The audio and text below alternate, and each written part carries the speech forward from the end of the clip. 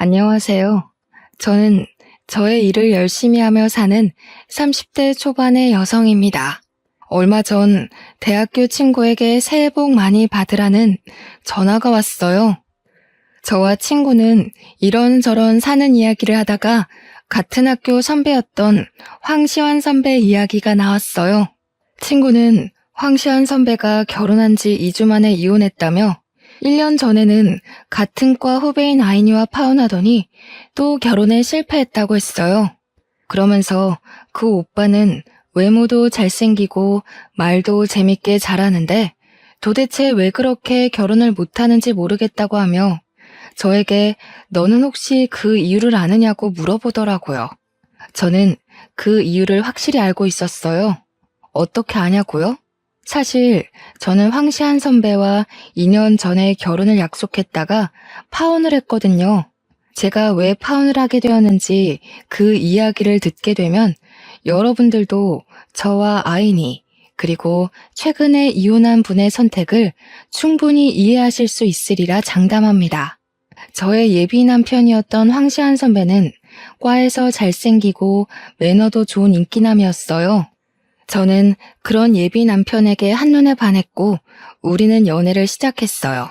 이렇게 학교 다닐 때 시작한 연애는 졸업하고도 계속 이어졌고 무려 8년이나 사귀게 되었어요. 어느덧 저는 28살, 예비 남편은 32살이 되어 결혼을 생각해야 하는 나이가 되었죠. 우리는 서로 너무 사랑했던 터라 당연히 결혼을 생각해서 각자의 집에 정식으로 인사드리러 가기로 약속했어요. 먼저 제가 예비 남편의 집에 인사를 드리러 갔어요. 처음 뵙는 자리인 만큼 예쁘게 차려입고 예비 남편의 집 앞까지 갔어요. 예비 남편이 자신의 집 앞에서 저를 기다리고 있더라고요. 제가 예비 남편에게 너무 떨린다고 하니 걱정하지 말라고 어른들이 다들 좋아하실 것이라고 하며 다독여줬어요. 떨리는 마음을 부여잡고 예비 남편의 손을 잡고 집에 들어가니 남자 어른 두 분이 계시는 것이 아니겠어요?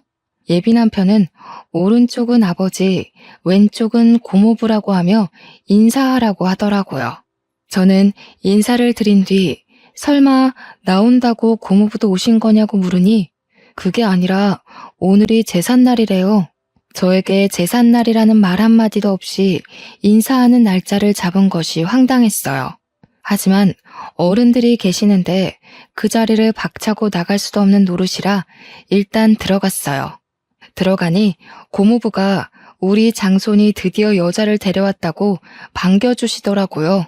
인사를 드린 후 거실에 앉아 있는데 큰 방에서 할머니께서 나오셨어요. 예비 남편은 같이 사시는 친할머니라고 말하더군요. 저의 예비 남편은 장손이자 귀한 외동아들이고 친할머니, 저에게는 시할머니를 모시고 살고 있었어요.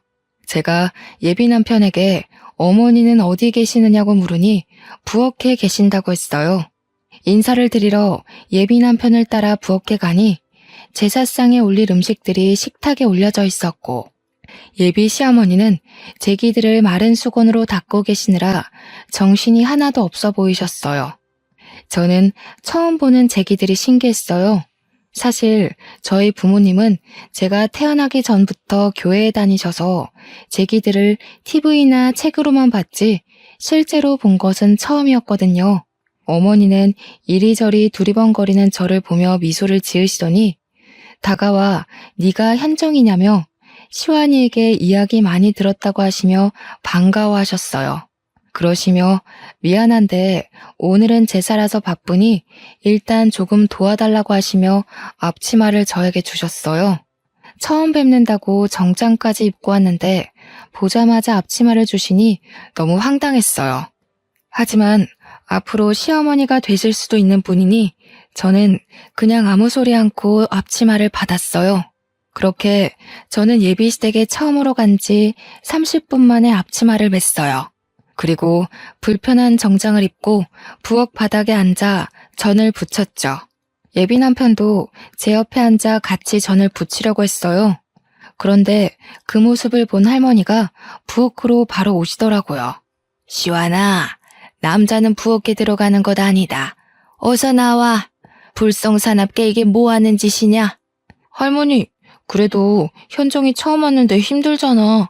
좀 내가 도와야지. 안 그래요? 예끼? 그러면 못 써. 우리 집에 대를 이을 하나뿐인 귀한 장남이 이런 일하면 못 쓴다. 어서 거실로 가서 앉아 있어. 할머니는 예비 남편의 손을 끌고 거실에 앉혔어요. 예비 남편은 거실에 앉아 고모부와 술을 마시며 희희낙낙하고 놀더라고요. 저는 이런 상황이 황당했지만 그래도 원래 제가 음식하는 것을 좋아하기도 했고 TV에서만 보던 제사를 처음 겪어보니 신기하기도 해서 그냥 오늘만 봉사한다는 생각으로 음식을 장만했어요. 저녁 7시 정도가 되자 제사를 이제 해야겠다며 고모부와 시아버지가 거실에 병풍을 펼치시고 예비 남편은 큰 상을 가져왔어요. 어머니는 부엌에서 제기 위에 대추와 사과를 조심스럽게 올리셨어요. 그러면서 저에게 들고 거실로 가서 제사상 위에 올리라고 하셨어요. 저는 어머니께서 주신 쟁반을 그대로 들고 가서 밥상에 반찬 올리듯이 아무 곳에나 음식을 두었어요. 너는 홍동백서도 모르니? 대추는 왼쪽에, 사과는 오른쪽에 두어야 할 것이 아니니? 할머니는 제게 음식을 잘못 올렸다고 다그치셨어요. 그런데 제사상 자체를 처음 보는 제가 이런 걸 알 리가 있나요? 저는 그저 이 상황들이 당황스러워 얼굴이 빨개져서 눈만 끔뻑거리고 있었어요. 할머니, 그거는 아직 저도 헷갈려요. 현정이가 그런 거 어떻게 알겠어요? 너무 뭐라 그러지 말아요. 이 녀석, 벌써 이러면 아주 우리가 시집살이라도 시키면 난리칠 녀석일세. 할머니가 한 소리 하실 수도 있지. 그거로 그러니? 할머니가 현정이를 잡아먹기라도 하신다니? 시아버지가 농담식으로 말씀하셨지만 사실 기분이 그다지 좋지는 않더라고요. 할머니의 진두지휘하에 제사상 위에 음식들이 다 차려지고 제사가 시작되었어요. 제가 예비 남편의 옆에 서기 위해 앞쪽으로 가자 어머니는 제 팔을 잡고 부엌으로 가셨어요.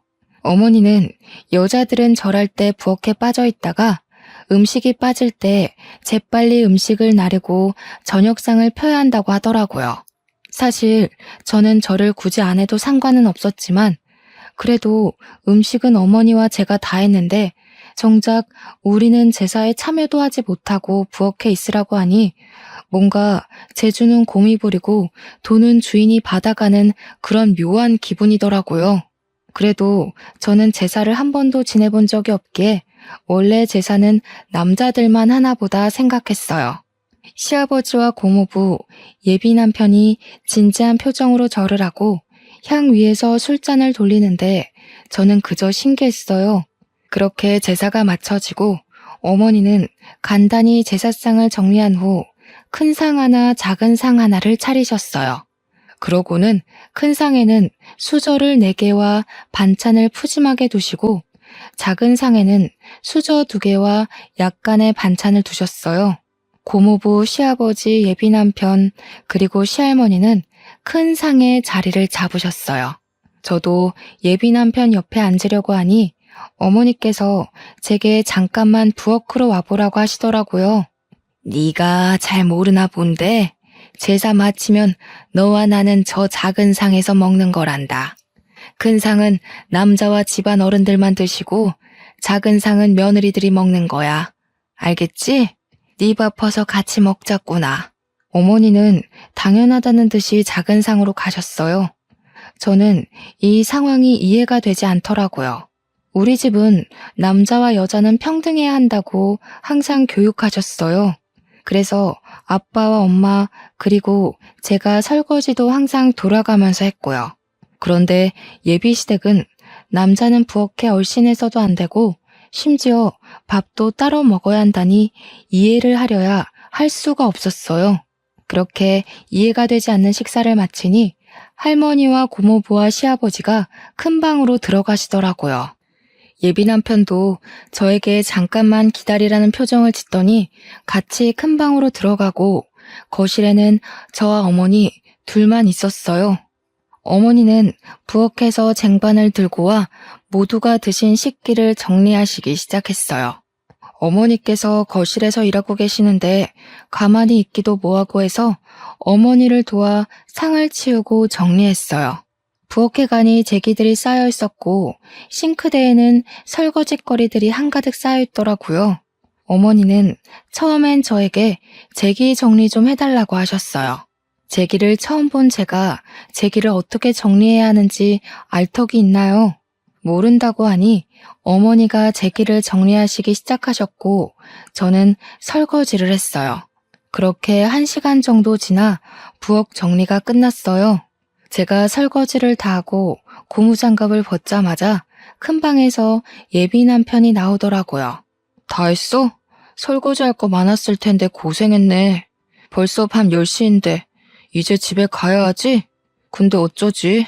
아까 나 고모부랑 술 먹어서 운전은 못 해줄 것 같은데 혼자 갈 수 있겠어? 예비 남편은 제가 설거지를 할 동안 방에서 고모부와 아까 못다 마신 술을 더 마셨더라고요. 술에 취해 해롱해롱한 예비 남편과는 오늘 그 어떤 이야기도 할 수 없겠다 싶어 어른들께 인사를 드리고 혼자 버스를 타고 집에 왔어요. 집에 도착하니 밤 11시였어요. 예비 시댁에 인사드리러 간다고 오전부터 나가서는 완전 파김치가 되어 밤늦게 온 저를 본 엄마는 깜짝 놀라서 무슨 일 있었냐고 물으셨어요. 저는 엄마에게 오늘이 제삿날이라서 시어머니와 제사 준비도 하고 제사도 지내고 뒷정리까지 하고 왔다고 말씀드렸어요. 또한 예비 남편이 장손에다 외아들이고 시할머니와 함께 살고 있다는 사실도 이야기했죠.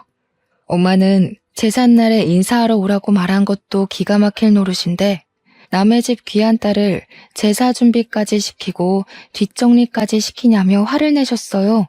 당장 예비 남편에게 전화해서 따진다는 것을 예비 남편이 지금 술 먹어서 말해도 소용없다고 하며 겨우 말렸네요.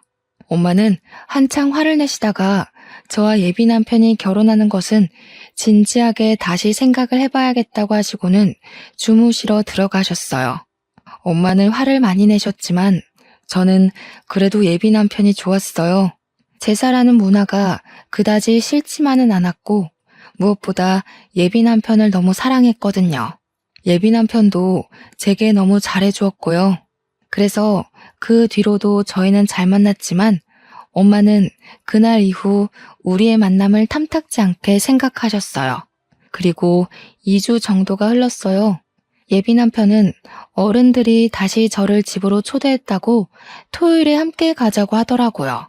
저는 저번에 인사드리러 갔을 때 제삿날이라 많은 이야기를 나누지 못해서 다시 초대하셨다고 생각하며 그날 당연히 가겠다고 했어요. 약속한 토요일 오전, 이번에도 깔끔하게 정장을 입고 예비 남편 집 앞으로 갔어요.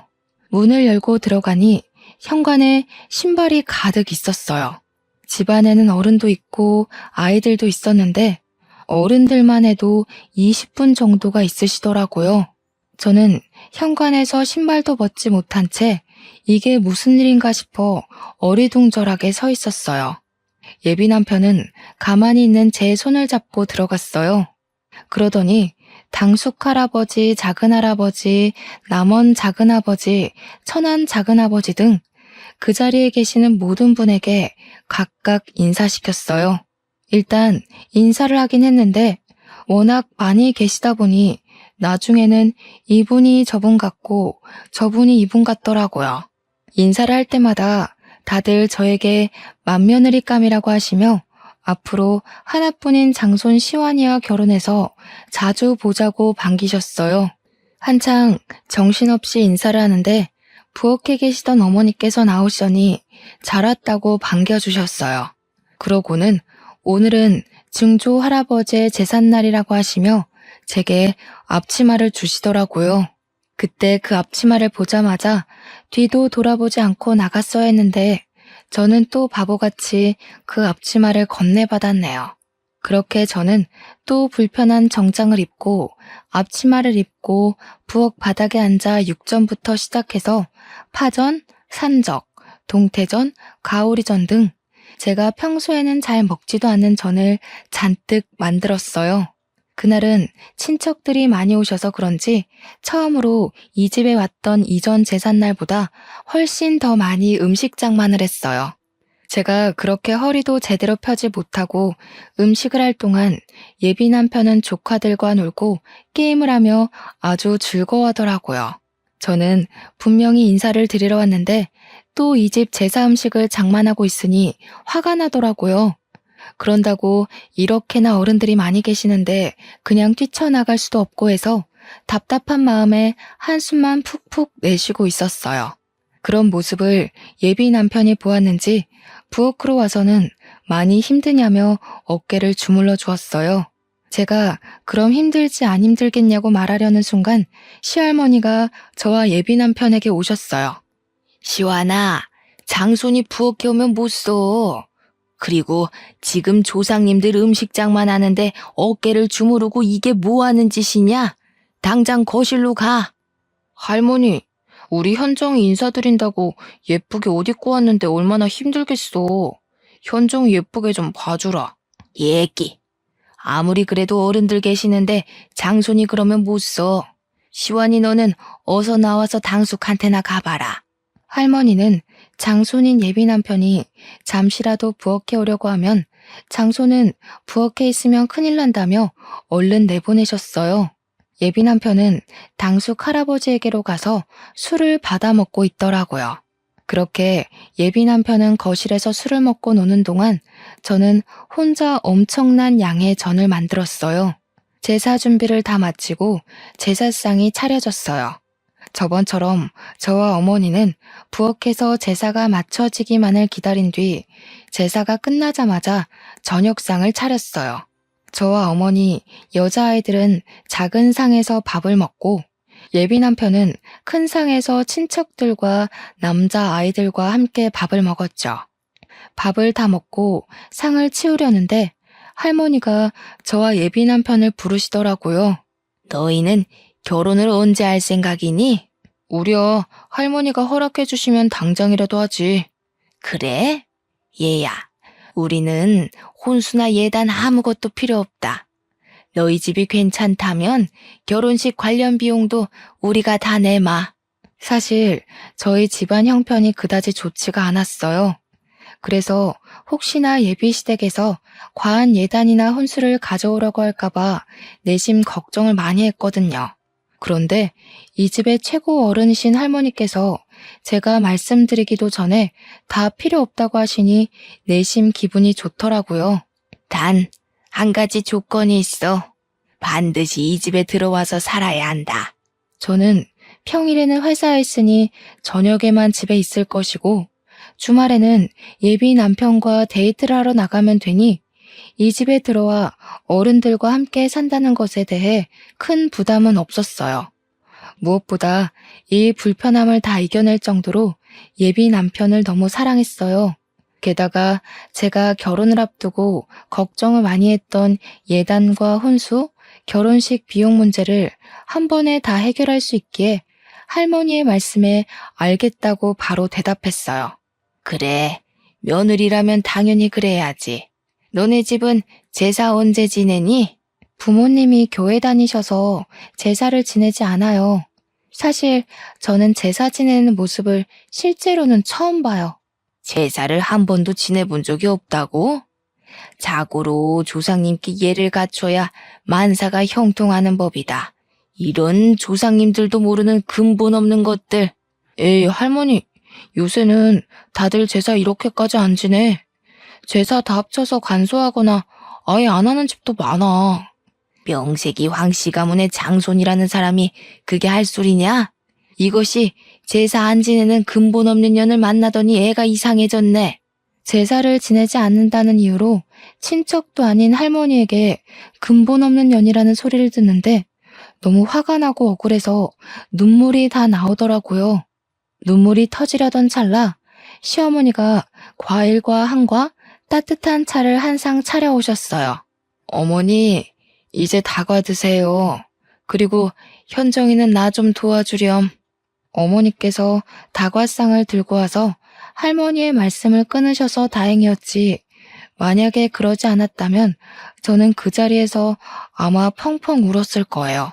어머니의 부르심에 부엌에 가니 저번보다 훨씬 더 많은 설거지거리가 쌓여 있었어요. 저는 할머니 앞에서 잔소리를 듣느니 여기서 설거지하는 게 훨씬 마음이 편하겠다 싶어 싱크대 앞으로 갔네요. 그렇게 저는 설거지를, 어머니는 제기 정리 및 부엌 정리를 2시간 정도 하니 드디어 부엌이 깨끗해졌어요. 거실로 나가보니 시간은 어느덧 자정이었고 친척들과 예비 남편은 술에 취해 제정신이 아니었어요. 저는 집에 가야겠는데 시간이 너무 늦어 택시를 타고 갈 생각으로 예비 남편에게 여기 집 주소 좀 알려달라고 했어요. 그런데 술에 취해서 집 주소도 말하지 못하고 헛소리만 해대는 것이 아니겠어요.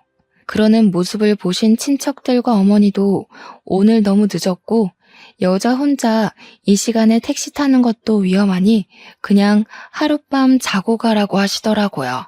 저는 어쩔 수 없이 엄마에게 오늘 집에 못 간다고 전화하고 예비시댁에서 원치 않는 하룻밤을 자게 되었어요. 어머니는 부엌 옆에 쪽방이 하나 있다며 그곳에서 자라고 이부자리를 펴주셨어요. 그리고 어머니께서 집에서 입으시는 편한 옷을 하나 주시며 옷 갈아입고 푹 자라고 하시고는 나가셨어요. 혼자 방에서 편한 옷으로 갈아입고 누워있는데 거실은 시끄럽고 장소는 세상 불편한 예비시댁이다 보니 잠이 쉽게 들지 않더라고요. 결국 저는 모든 친척이 다 술을 마시고 코 고는 소리가 들릴 때까지 뒤척이다가 겨우 잠이 들었어요. 이제 잠이 들었다 싶었는데 어머니가 제가 자고 있던 방에 들어오셨어요.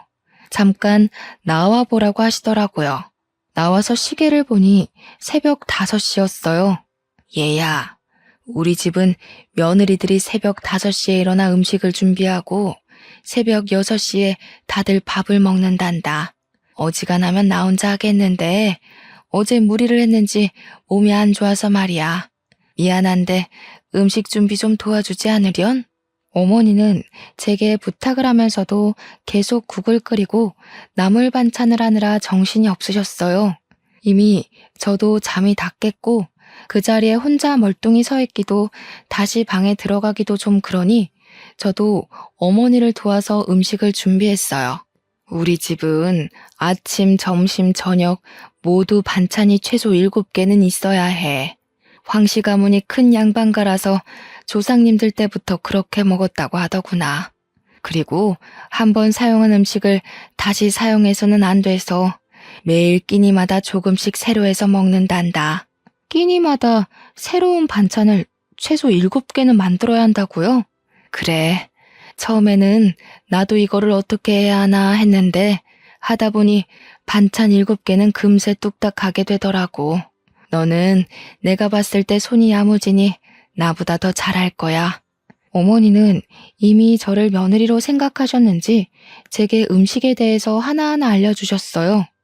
저는 일단 말씀을 하시니 듣기는 듣는데 슬슬 제가 이 집에 들어와 사는 것이 걱정되더라고요. 사실 전 아침잠이 정말 많아요. 회사도 7시에 겨우 눈을 뜨고 나가는데 새벽 5시에 일어난다는 것은 상상도 할 수 없었어요. 게다가 이 집안의 아들들, 장손은 다 잠을 자고 이 집안에 핏줄이 전혀 섞이지 않은 어머니와 저만 황씨 집안 사람들을 위해 요리를 한다는 것이 썩 내키지는 않더라고요. 어머니께는 죄송하지만 어머니와 저의 모습이 황씨 집안을 위해 일하는 노비처럼 보였어요.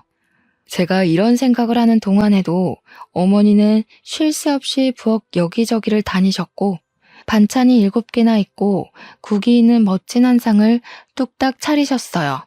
어머니가 식사하시라고 말씀하시자 그제야 누워있던 친척들이 일어났어요. 다들 머리는 부스스하고 눈도 제대로 뜨지 못하고 밥을 먹더라고요. 저는 자리를 잡고 밥을 먹으려는데 어머니는 여전히 부엌에서 일하고 계시더라고요. 어머니, 식사 안 하세요? 밥 퍼드릴까요? 나는 원래 아침을 안 먹어. 아침에는 입맛이 없기도 하고 할머니께서 식사 끝나면 꼭 숭늉과 과일을 찾으셔서 준비해야 해. 나는 숭늉을 끓일 테니 너는 가서 밥 먹으렴. 어머니는 그 많은 음식을 다 준비하셨지만 제대로 드시지도 못하고 할머니의 후식을 준비하고 계셨어요. 그러는 어머니를 챙기는 사람은 이 집안에 아무도 없었어요. 예비 남편도 아버지도 그저 자신의 밤새 줄인 배를 채우는 데만 급급했죠. 그 모습을 보는데 이건 정말 아니다 싶었어요. 결혼 전에 예단과 혼수를 준비 안 해도 된다고 해서 한시름 났는데 결혼 후에는 예단과 혼수 문제보다 더 크고 말도 안 되는 문제들이 가득 쌓여 있었죠. 아침 식사와 정리를 마치고 예비 남편에게 얼른 집에 가자고 했어요. 집에 갈 준비를 하고 있는데 할머니가 저에게 앉아보라고 하시더라고요. 그러면서 황씨 가문은 옛날에 이렇고 저렇고 하시며 집안 조상님에 관해서 얘기하셨어요. 솔직히 귀에 하나도 들어오지는 않았지만 그냥 앉아서 네네 하면서 형식적인 대답만 이어갔어요. 그래서 말이다. 우리 집은 이렇게 엄청난 집안이라 명절을 가장 중요하게 생각한단다. 그래서 우리 집 며느리들은 명절 때 조상님들을 모시고 친척들을 챙겨야 덕을 쌓을 수 있어서 친정에 못 간다. 알았지? 그 말씀은 설날, 추석 연휴 내내 시댁에 있어야 한다는 말씀인가요? 그래. 요새 젊은 것들은 시댁에는 설날에, 추석에는 친정에 가던가 아니면 명절날 아침에 바로 친정으로 넘어간다던데. 우리 집은 그런 거 절대 용납 안 된단다. 그러면 저는 혼자여서 저희 부모님은 명절 때 두 분이서만 보내야 할 텐데요.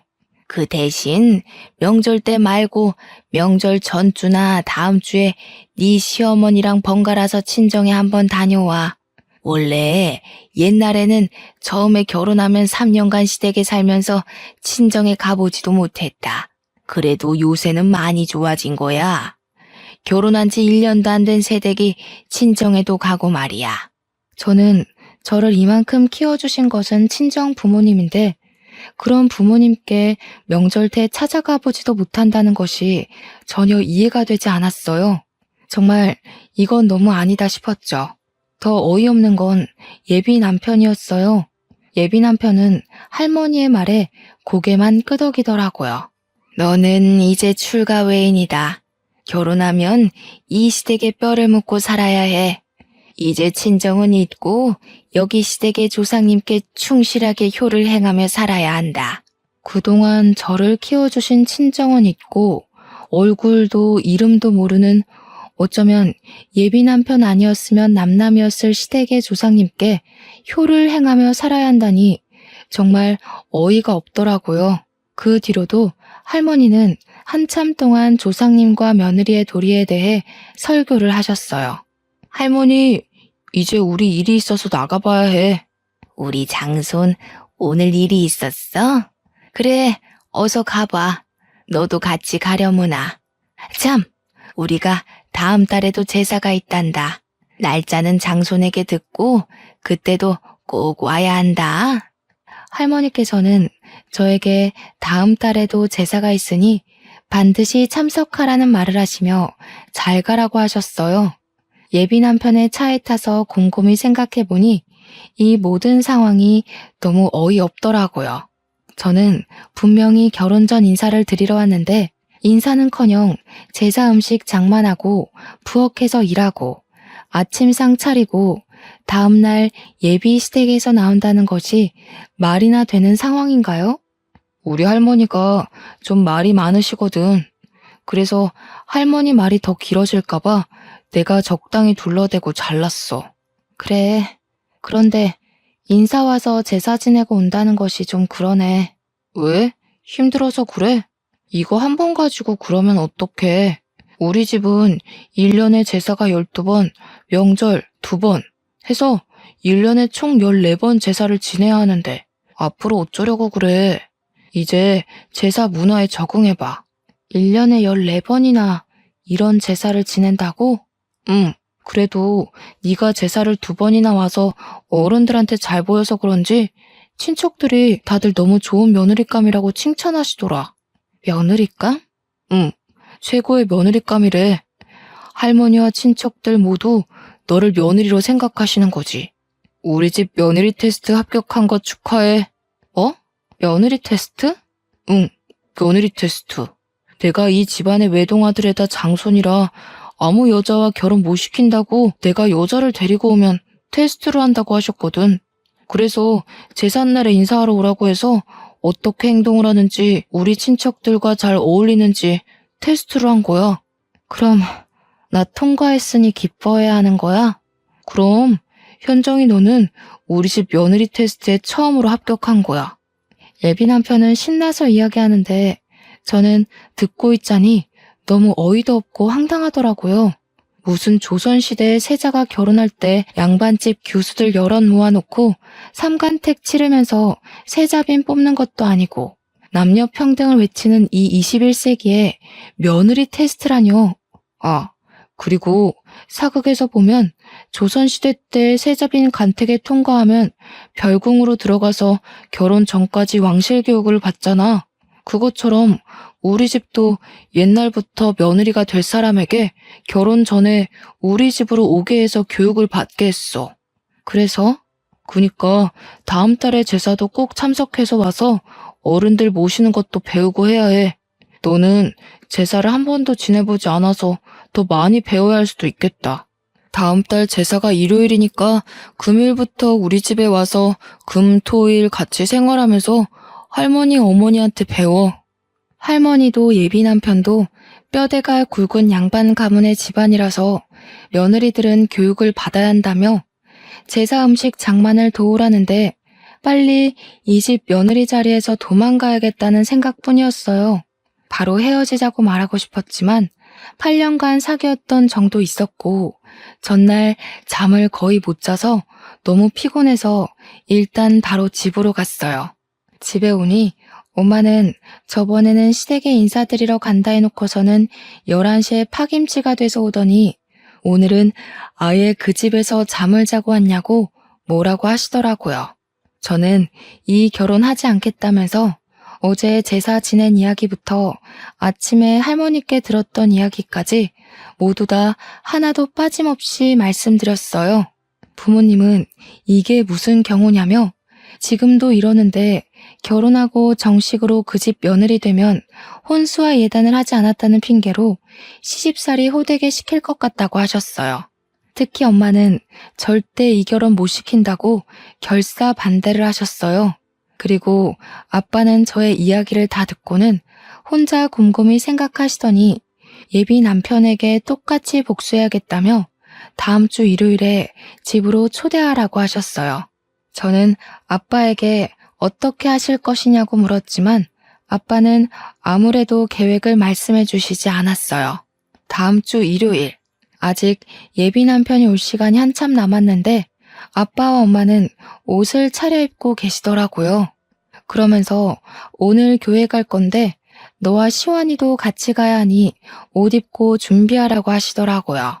사실 그동안 부모님은 일요일마다 교회에 가시긴 하지만 지금까지 한 번도 제게 같이 교회 가자는 소리를 안 하셨어요.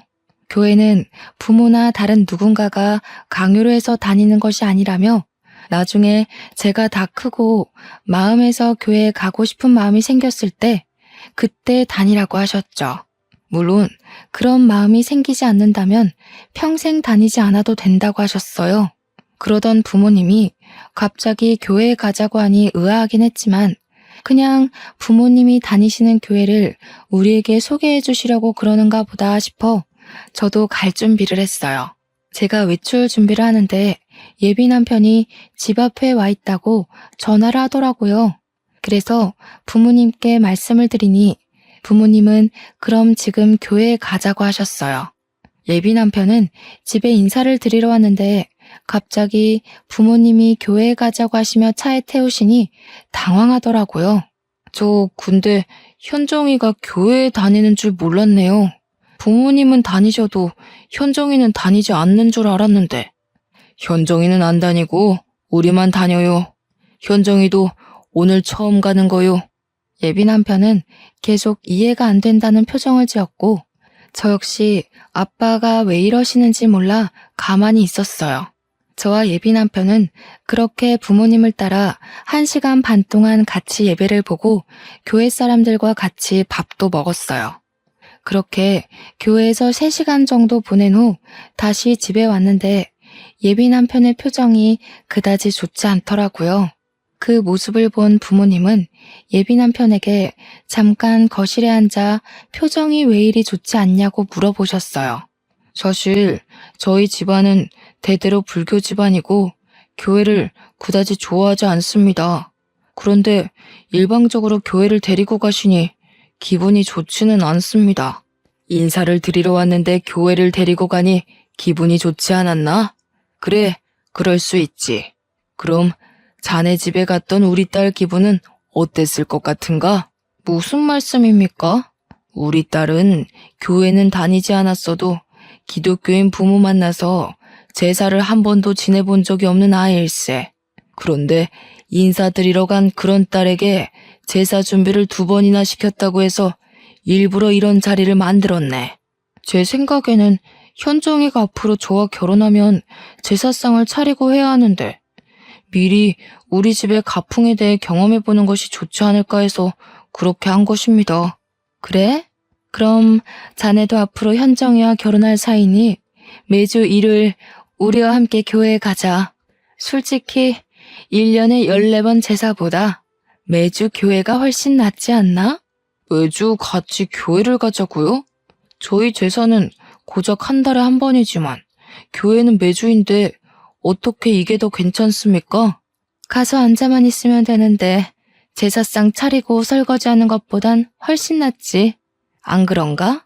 아마 저희 할머니가 교회에 간다고 하면 난리치실 것입니다. 교회를 떠나 매주 일요일에 현정이가 친정에 간다고 해도 아마 화를 내실 거예요. 우리가 언제 현정이도 같이 간다고 했나? 현정이는 자네 집 어르신들 식사 준비해야 한다고 하니 못 가고 자네만 나와서 우리랑 같이 교회에 가자고. 괜찮지? 못한다고 하면 우리도 결혼 못 시키네. 예비 남편은 그 이야기를 듣고 집에서 생각을 해봐야겠다면서 표정이 좋지 않은 채로 집에 가봐야 할 것 같다며 나가더라고요. 예비 남편이 간 후 저는 부모님께 어떻게 이런 생각을 하셨냐고 여쭤봤어요. 일단 그 집에서 너한테 이야기도 하지 않고 제삿날 인사하러 오게 한 것부터 나는 이해가 가지 않았다. 그래도 좋게 생각해서 친척들이 다들 한자리에 모였으니 너를 소개하려고 그랬나 보다고 좋게 생각하려 했어. 네, 정말 제삿날에 많은 친척이 오셔서 다들 인사드리고 하긴 했네요. 그런데 결혼도 아직 하지 않았는데 예비 며느리라며 잔뜩 음식 장만을 시키고 설거지까지 하고 왔다길래 화가 나더구나. 지금부터 이러면 진짜 며느리가 되면 아주 난리가 나겠구나 싶었지. 맞아요. 정말 그 집 며느리인 시어머니는 정말 생기가 하나도 없어 보이셨어요. 정말 죄송하지만 황씨 집안을 위해서 일하는 노비 같았어요. 그 정도였니? 아무튼 너도 마음이 떠난 것으로 보이고 해서 둘이 헤어진다고는 했는데 그래도 남의 집 귀한 딸 고생시키는데 그냥 헤어지기엔 뭔가 내가 아쉬웠어. 그래서 내가 복수를 계획했지. 그런데 우리 집은 제사를 지내지 않으니까 제사날 오라고 할 수도 없으니 대신 교회로 바로 데려가신 거예요? 그렇지. 솔직히 네가 그 집에서 2번이나 제사상 차리고 뒷정리하고 온 거에 비하면 너무 소소한 복수이지만 그래도 그 비슷한 상황을 조금이라도 느껴봐야 하지 않겠니? 그래야 정신 좀 차리지. 저는 부모님의 아이디어에 감탄했어요. 그렇게 한창 부모님과 신나서 대화하는데 예비 남편 번호로 전화가 오더라고요. 저는 이제 집에 도착했다고 전화를 한 줄 알고 받았는데 할머니셨어요. 너는 우리 집이 교회를 얼마나 싫어하는데 감히 우리 황씨 가문의 귀한 장손을 교회에 데리고 가니? 부정타게 말이야. 너네 부모는 생각이 있는 거니 없는 거니? 제가 전화를 받자마자 할머니가 소리를 고래고래 지르시며 혼내시는데 그 소리가 어찌나 큰지 정말 귀가 떨어져 나갈 것 같았어요. 제가 너무 놀라기도 하고 당황해서 가만히 있자 엄마는 제 핸드폰을 빼앗아 가셨어요. 안녕하세요. 저 현정이 엄마입니다. 보고 있자니 화가 나서 그랬습니다. 그럼 제사를 지내본 적도 없는 저희 딸이 거기에서 밤 늦게까지 제사 준비하고 치우고 한 것은 해도 되는 일입니까? 그야, 이제 현정이가 우리 집 며느리가 될 아이니 내가 교육했던 것이오. 이제 우리 황씨 가문의 며느리가 될 건데 그 전에 미리 우리 가문의 풍습을 익히는 것이 잘못된 거요? 가문의 풍습을 익히는 것이 얼굴도 모르는 조상 제사상 차리고 설거지하고 친척들 뒤치다꺼리하는 거예요. 그리고 며느리는 무슨 사람도 아닙니까? 그동안 키워준 친정을 잊고 명절 때는 가지도 말라니. 그게 무슨 말도 안 되는 경우입니까? 그야 우리 집이 양반 집안이라 항상 내려왔던 풍습이니까 그런 것이오. 그건 그렇고 주마다 우리 장손 교회에 오라는 건 또 뭔데? 이래서 예수쟁이들이랑은 말이 안 통해 말이. 무조건 제사는 안 된다. 교회만 나오라고. 이보세요. 저 사실 교회에 다니면서 현정이한테도 교회 다니자는 이야기 한 번도 안 했어요. 그런데 그 집에서 자꾸 결혼도 하기 전에 제사에 와서 준비하라니까 저도 화가 나서 그쪽 손주도 똑같이 당해보라고 일부러 그런 자리 만든 겁니다. 아주 말도 안 되는 소리를 짓거리네. 이래서 제사를 안 지내는 것들은 근본이 없어 근본이. 사람이면 자기 조상을 알아야지. 조상도 모르면서 무슨 하느님 예수님을 찾고 앉아있어? 그럼 그 집 며느리들은 자기 집 조상을 찾아야지 왜 애먼 황씨 집안 조상을 위해 일한답니까? 자기 조상도 모르니 그런 소리가 나오지. 이래서 교회 다니는 사람들은 사람 취급도 해서는 안 된다니까. 그래서 당신의 딸이 우리 집 제사 못 지내게 하겠다는 것이요? 그럼 우리도 결혼 못 시키니 그런 줄 알아. 네, 저희도 그쪽 아들 주마다 교회 안 오면 저의 귀한 딸 그쪽에 보낼 생각 없습니다. 경제적으로 힘들어 보여서 예 다니고 혼쓰고 다 포기하고 몸만 와서 이 집에서 살라고 했구먼. 내 나름 당신네 생각해서 이렇게 하는데 아주 복을 걷어차네 걷어차. 할머니는 엄마에게 할 말 못한 말 다 하시고 전화를 끊으셨어요. 부모님은 화가 잔뜩 나서 다시는 예비 남편을 만날 생각도 하지 말라고 하셨어요. 다음날 저는 예비 남편에게 전화했어요. 어제 우리 집에 이런 일이 있었고 나도 그 집에서 며느리 노릇할 자신이 없어서 우리 이제 그만해야 할 것 같다고 말하려고 했죠. 솔직히 미워서 전화도 하고 싶지 않았지만 그래도 8년이라는 긴 시간을 사귀었고 결혼까지 약속했으니 확실히 끝내고 싶었거든요. 그런데 전화를 받지 않더라고요. 카톡도 보지 않고요. 그날뿐 아니라 다음 날이 되어도 한 달이 되어도 예비 남편은 아무 연락이 없었어요. 이렇게 저는 8년 동안 사귀고 결혼까지 약속했던 예비 남편과 파혼을 했어요. 아니지. 확실히 그만하자고 끝맺음을 한 건 아니었으니 잠수 파혼을 당했다고 표현하는 편이 더 맞겠네요. 10년이면 강산도 변한다는데 8년이면 절대 짧은 시간은 아니잖아요. 저는 8년간 예비 남편이 진짜 저의 남편이라고 생각하고 최선을 다했어요. 그런데 마지막 인사도 하지 못한 채 제가 사랑을 쏟아부은 그 시간이 순식간에 물거품이 되었어요. 그래도 끝맺음을 확실히 못해서인지 헤어지고도 한동안은 미련이 계속 남더라고요.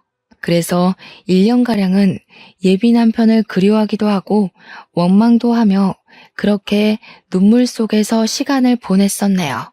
그렇게 1년이 지나자 저도 어느 정도 마음의 정리가 되더라고요. 새로운 남자도 만나보라는 엄마의 말에 선짜리도 나가고 소개팅도 나가긴 했어요. 그런데 나이가 나인지라 만날 때마다 자연스럽게 결혼 이야기가 나왔고 상대분과 이야기를 하다 보면 경제적으로 넉넉하지 않은 내가 결혼을 할 수 있을까 하는 걱정이 먼저 들었어요. 그때마다 예비 시할머니께서 하신 말씀대로 그냥 그 집에 들어가서 모든 것을 견디고 참고 살 걸 그랬나 하는 생각도 들더라고요. 그런데 그 집에서 정말 영혼 없이 모든 것을 체념한 표정으로 일을 하시던 어머니의 표정이 생각났어요. 그게 저의 미래의 모습이라는 생각을 하니 이건 인생을 망하는 길이겠구나 싶더라고요.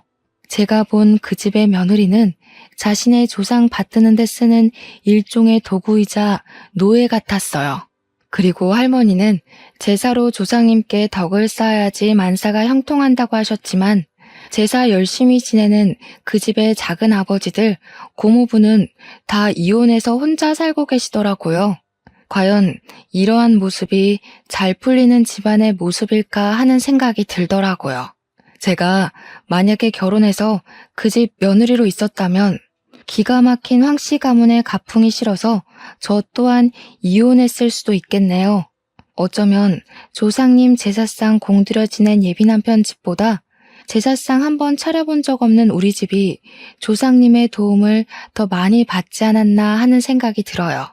파혼하고 2년이나 지난 지금은 완전히 마음 정리를 하고 저의 일을 하며 재밌게 살고 있어요. 당분간은 누구 만나지 않고 일만 할 생각이에요. 그래서 일단 저 자신의 가치를 높여서 나중에 제가 정말 좋아하는 남자를 만났을 때 당당하고 멋지게 결혼을 하고 싶네요. 지금까지 기나긴 저의 파혼 사연 들어주셔서 감사합니다. 우리 다들 멋진 상대를 만날 수 있도록 자신의 가치를 높이기 위해 열심히 살아봐요. 아, 그리고 마지막으로 할 말이 있는데 시댁에 인사하러 갔더니 제사시키는 집안이 또 있다면 그 집에 들어가서 인사할 것도 없이 바로 나오세요.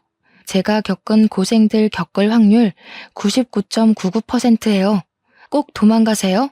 공대 졸업한 황시한 선배가 결혼하자고 해도 무조건 도망가세요.